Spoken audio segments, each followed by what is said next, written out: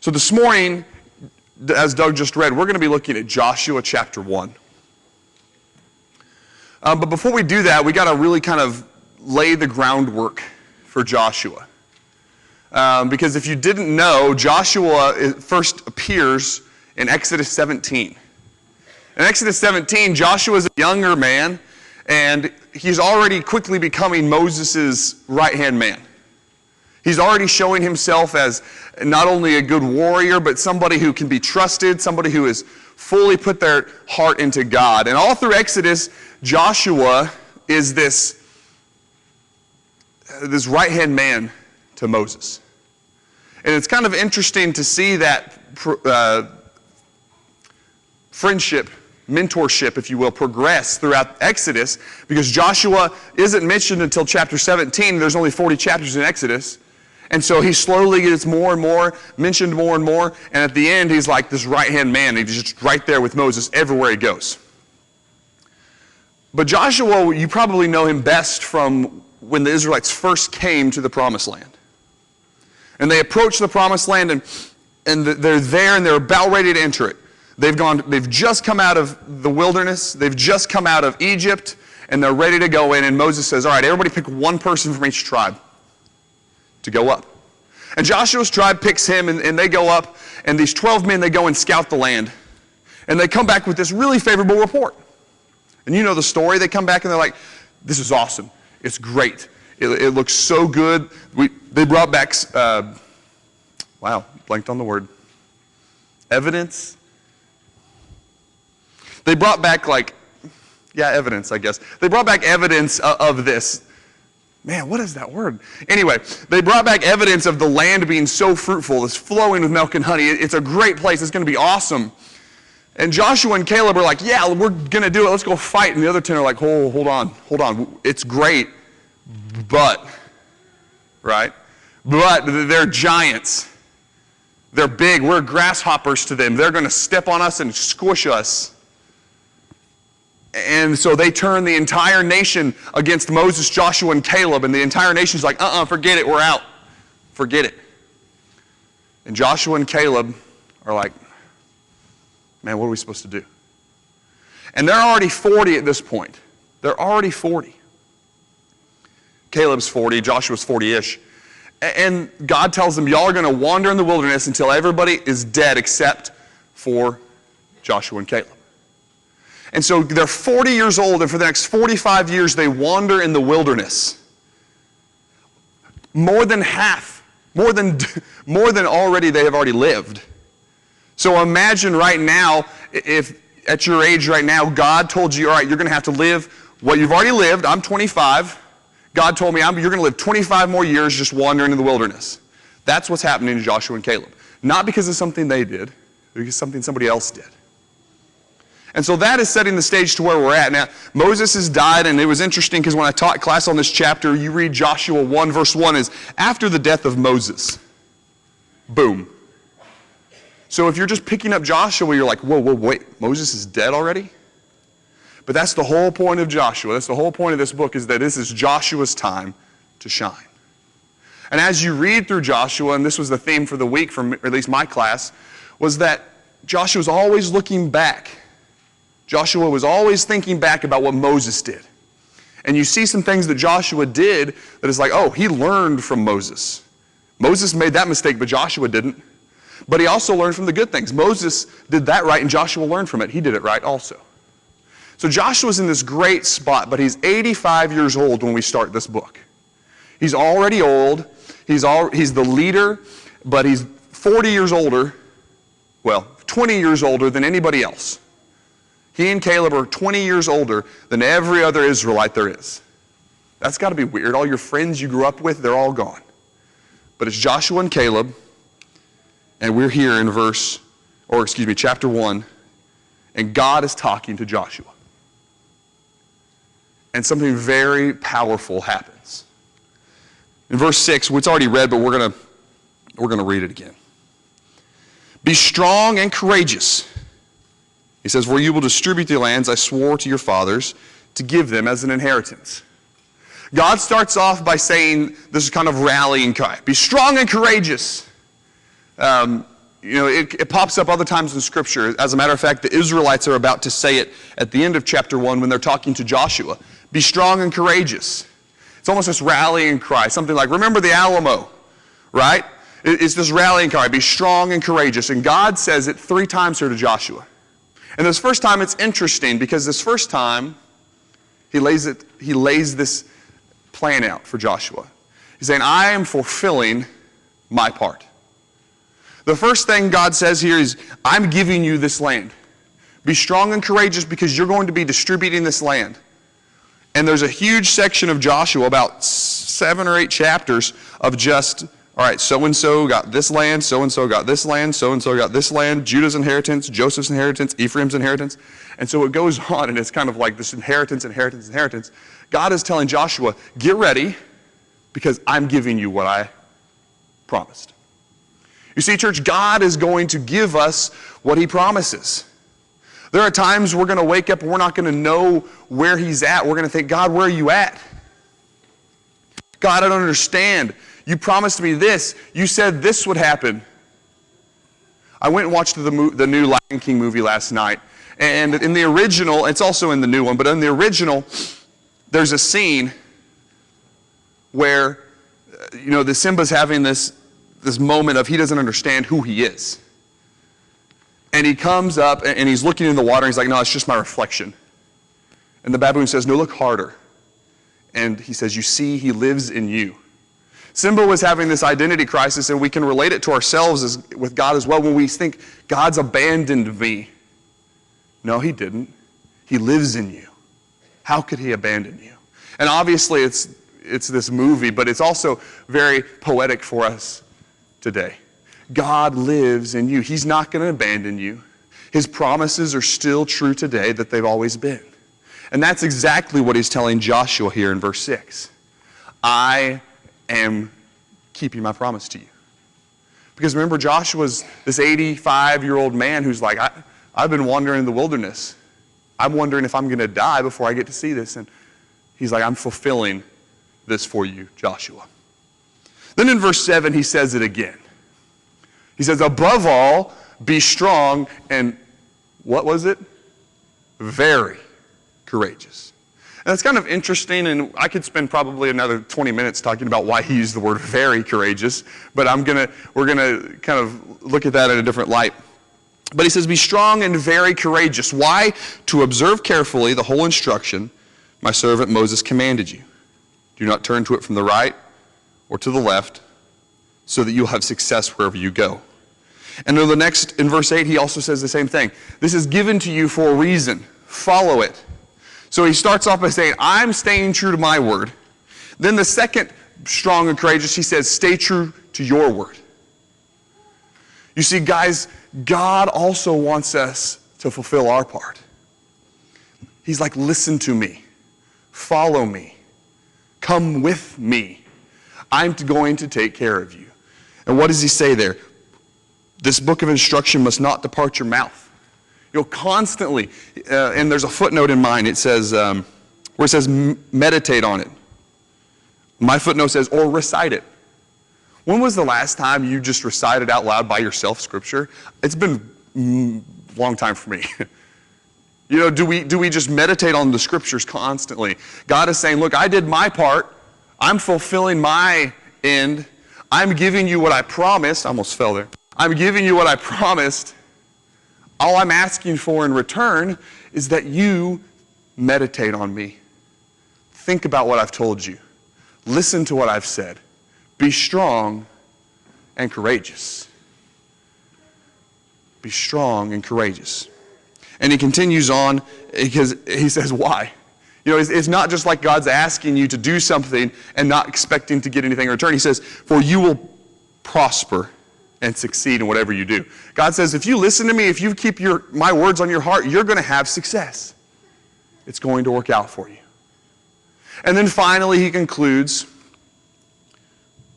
with a question. He's like, haven't I commanded you already? I already told you this. Be strong and courageous. Be strong and courageous. Don't be afraid or discouraged, for the Lord your God is with you wherever you go. There's a song, and I don't know if we know it. Richard didn't pick it, so I'm assuming we don't. But it says, the song is, be strong and courageous and do not be afraid. And then the Lord goes with you each and every day. It's right from that. God's like, I'm with you. He's over here, he's saying, I'm fulfilling my end. I've given you what I promised. I want you to meditate on me, and I want you to think about the things I've commanded you, and guess what? I'm going to be with you. I'm not going to let you go. I'm not going to let you down. Those times when we feel like we're all alone, he's like, I'm there. And that reminds me of that poem. And I can't remember who it's by. You probably tell me after I'm done. But there's a poem of, walking on the beach. And the idea is that you're walking beside Jesus and you turn around and there's two sets of footprints. And sometimes you look back and there's one set of footprints. And this man turns to Jesus and he's like, Jesus, how come during the tough times there was only one set of footprints? Why did you leave me? And Jesus turns to him, he's like, I didn't leave you. I was carrying you. I was carrying you. Because God says, I'm going to be with you. But above all, what did he say? Be strong and courageous. And I spent about 30 minutes. I won't do that now. But I spent about 30 minutes during a class time this week talking to the boys. I taught the 9th, 10th, and 11th grade boys class this week at camp, and I told them, and we spent about 30 minutes talking about what does strong mean and what does courageous mean. What does strong and courageous mean? Does God mean, all right, Joshua, make sure you're hitting the gym, be strong? I don't think so. Does he mean, all right, when things get tough, make sure you're courageous, make sure you're the one leading the battle? Maybe. But again, Joshua's 85. I highly doubt he's going to be the one leading the charge. What is God saying to Joshua when he says be strong and courageous? Obviously, I believe he's talking about spiritual strength. And I think the strong is something that I think we struggle with. Because it's so easy to pretend to be strong. It's so easy to put on this facade of strength. There was a boy, man, I tell you what, there was a boy this week at camp in my cabin. He's 16 years old. He was taller than me. And he was built. And he was taking all comers for arm wrestling. I mean, this kid was huge. And about the third day, they finally convinced me to arm wrestle him. And so we're sitting there, we're on our knees because we're on the bunk, and we're arm wrestling. And one kid says, all right, go. And what he had been doing all week is he had been letting the other people push him, and then like holding it and pushing him down. So we sit there, and neither one of us pushed when they said go. We just kind of just sat there like. And then he started pushing, and it slowly escalated. We're both pushing as hard as we could, and I eventually beat him. Yes, I did. I eventually beat him after about 15 seconds of this. And they were all like, oh my goodness. They're like, Logan doesn't look that strong and all these things. But sometimes we can put up this facade of strength. That this boy, because he has significantly less body fat than I do, looks way stronger than I do. But in actuality, that wasn't the case. And you see, that's what God is talking about with strength.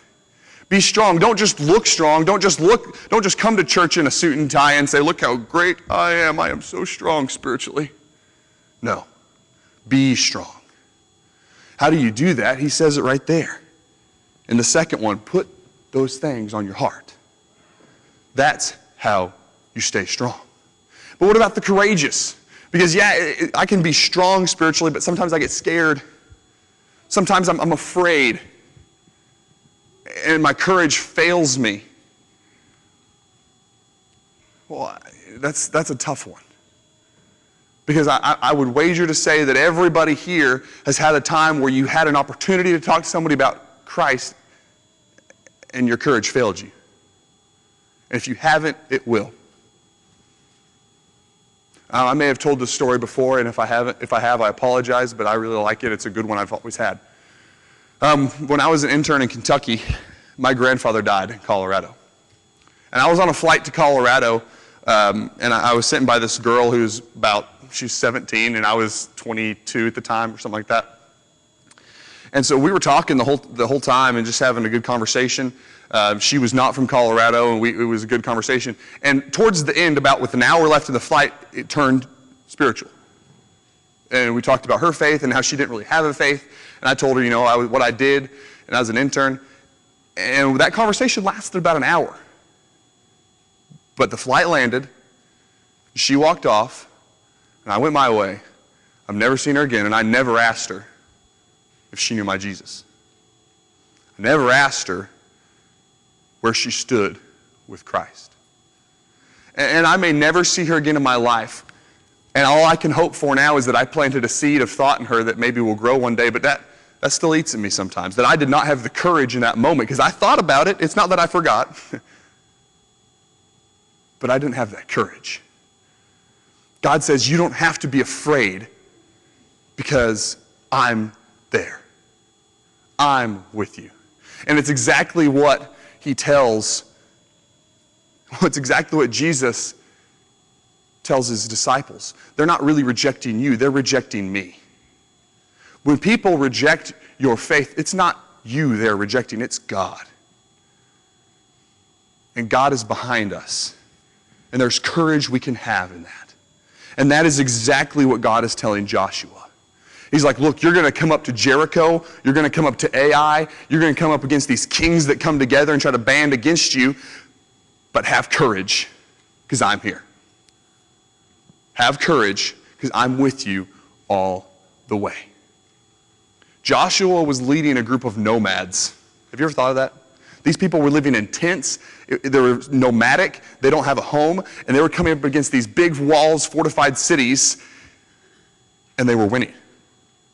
Not because of what they did, but because of what God did. And they had courage in that. Be strong and courageous. And in verse 9 he says, don't be afraid, because I'm there. Maybe your strength and your courage has failed you this morning. Maybe your strength and your courage over the past few weeks has failed you, because everybody who was at camp this past week is at church this morning, and we're all on these spiritual highs, all right? Life has highs and lows, spiritually speaking, really everything. But spiritual highs are really common around teens during the summertime, because you come back from camp and it's just like awesome. But maybe you're in a valley, and your courage is just not there. And you don't feel strong. And you don't feel like you've been really the kind of Christian that has God behind them, that knows and believes they have God behind them. Honestly, today, the invitation is obviously open to come and become a member of the body. But specifically this morning, I want to focus on those of us who have lost our strength, who've lost our courage. Because there's a time when you just have to look at yourself and say, I got to fix it. I got to stop right now and I got to fix it. Last story, I'm telling on myself. Courtney and I had a date last night, and we got to the theater, and I had tickets at 9:15. Well, in actuality, I had tickets at 7 and 9:15. And the day before, I had canceled the ones at 7. Well, we get there, and she pulls them up, and they're both been canceled. And obviously, they've already resold our tickets. And I was very frustrated, and I may have been a little rude to the lady who had no control over it. But I was very frustrated, because I wanted to see Lion King so bad. But we left and we went to dinner, and at dinner we bought tickets for 10:45. And I told Courtney in the car once we got to dinner, I'm sorry I've been rude to people, and I may have been a little rude to her.